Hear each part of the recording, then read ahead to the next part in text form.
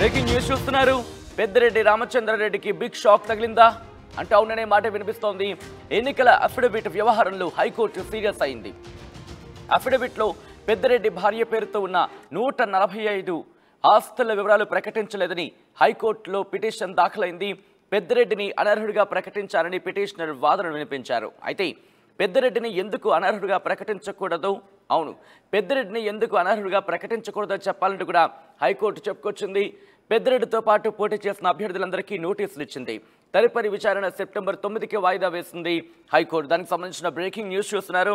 In fact Punganur MLA పెద్దిరెడ్డికి మరో ఊహించని shock తగిలిందా అంటే అవుననే మాట వినిపిస్తోంది.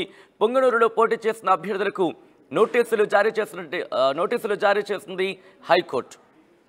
పెద్దిరెడ్డి రామచంద్రారెడ్డిని అనర్హుడిగా ప్రకటించాలంటూ కూడా పిటిషన్ దాఖలైంది హైకోర్టులో. ఇదే అంశానికి సంబంధించి విచారణ జరిగింది. బోడే రామచంద్ర యాదవ్ పిటిషన్ దాఖలు చేశారు.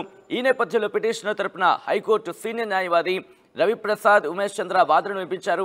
ఈ నేపథ్యంలో వాదోపవాదనలు జరిగాయి. ఈ నేపథ్యంలోనే పెద్దిరెడ్డితో పాటు పోటీ చేసిన అభ్యర్థులకి నోటీసులు ఇచ్చిన పరిస్థితి. అప్డేట్స్ తెలుసుకుందాం. మా ప్రతినిధి రాజేష్ అప్డేట్స్ అందించేందుకు లైవ్లో సిద్ధంగా ఉన్నారు. రాజేష్, ఎటువంటి వాదనలు జరిగాయి? హైకోర్టు ఎటువంటి డైరెక్షన్స్ ఇచ్చింది? ముఖ్య కేసుకు సంబంధించి ఎటువంటి విచారణ జరిగింది? పొంగనూరు ఎమ్మెల్యే మాజీ మంత్రి పెద్దిరెడ్డి రామచంద్రారెడ్డి ఆస్తుల విషయంలో ఎన్నికల అఫిడవిట్ లో గోప్యత మెయింటైన్ చేశారు. తన భార్య పేరు మీద ఉన్నటువంటి 142 ఆస్తుల వివరాలని ఎన్నికల అఫిడవిట్ లో పెట్టలేదంటూ బీసీవైపీ అధ్యక్షుడు పొంగనూరు నుండి పోటీ చేసినటువంటి రామచంద్ర యాదవ్ హైకోర్టులో పిటిషన్ వేశారు. గత 2 నెలల కింద హైకోర్టులో పిటిషన్ వేశారు. ఈ పిటిషన్ పైన గత కొన్ని రోజులు వాదనలు వినిపిస్తూ వస్తున్న నేపథ్యం ఈ రోజు హైకోర్టులో దీనిపైన కీలక విచారణ జరిగింది. ముఖ్యంగా ఆస్తుల వివరాలకు సంబంధించినటువంటి అంశంలో పిటిషనర్ అయినటువంటి రామచంద్ర యాదవ్ తరఫున లాయర్లు కొన్ని కీలక ఆధారాలు అంటే పొంగనూరు మా ప్రస్తుత ఎమ్మెల్యే పెద్దిరెడ్డి రామచంద్రారెడ్డికి సంబంధించినటువంటి భార్య పేరు మీద ఉన్నటువంటి ఆస్తులకు సంబంధించిన వివరాలన్నిటి కూడా కోర్టు ముందు సబ్మిట్ చేసినట్టు తెలుస్తుంది. ఈ నేపథ్యంలోనే ఆయనకి పెద్దిరెడ్డి రామచంద్రారెడ్డికి ఉన్నటువంటి దాని మీద నోటీసులు కూడా ఇచ్చినట్టు తెలుస్తుంది. అయితే అఫిడవిట్ లో పేర్కోకుండా ఎన్నికల అఫిడవిట్ లో ఆ ఆస్తుల వివరాలు మెన్షన్ చేయకపోవడం పట్ల ఖచ్చితంగా ఇది ఎన్నికల సంఘాన్ని ప్రజల్ని మోసం చేయడమే కాబట్టి ఇంకా అనర్హత వేటు వేయాలి. ఎమ్మెల్యేగా ఆయన కొనసాగడానికి అర్హత లేదు, ఆయన్ని అనర్హత వేటు వేయాలని హైకోర్టుని అప్పీల్ చేశారు. దీనిపైన విచారణ కూడా జరిగింది. ప్రస్తుతం ఈ కేసుల వివరాలకు సంబంధించి ఆస్తుల వివరాలకు సంబంధించిన విషయంలో ప్రభుత్వం పెద్దిరెడ్డి రామచంద్రరెడ్డికి సంబంధించిన అంశంలో నోటీసు అయితే జారీ చేసింది.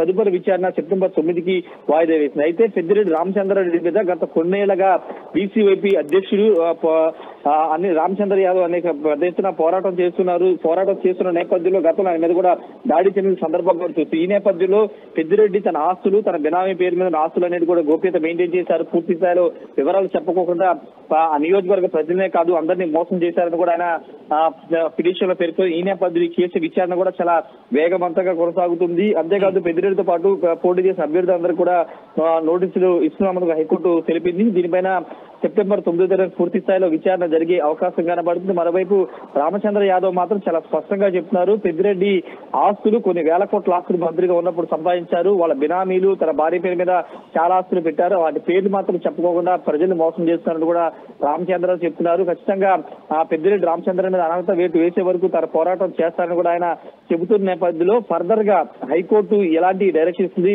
నిజంగానే ఇవన్నీ కూడా ఆస్తులు లెక్కలన్నీ చెప్పుకోకుండా గోప్యత మెయింటైన్ చేశారని కనుక హైకోర్టు రుజువైతే కనుక పూర్తి స్థాయిలో ఆయన మీద అనర్హత వేటు పడే అవకాశం చాలా స్పష్టంగా కనబడుతుంది. మరి సెప్టెంబర్ 9వ తేదీన హైకోర్టు ఎలాంటి అంశానికి సంబంధించి పెద్దిరెడ్డి నుంచి కావచ్చు లేకపోతే పెద్దిరెడ్డి వర్గం నుంచి ఏమైనా రియాక్షన్ వస్తుందా? వాళ్ళు ఏమైనా అంటున్నారా?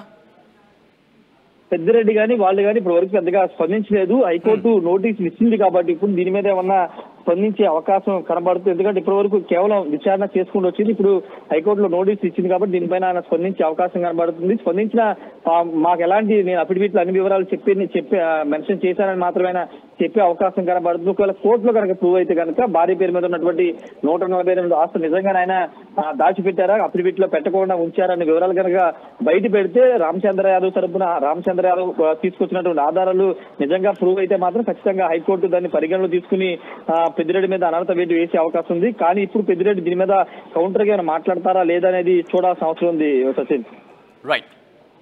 రైట్ రాజేష్, మొత్తంగా అయితే మాత్రం పెద్దిరెడ్డి రామచంద్రారెడ్డికి బిగ్ షాక్ తగిలిందా అంటే అవుననే మాట వినిపిస్తోంది.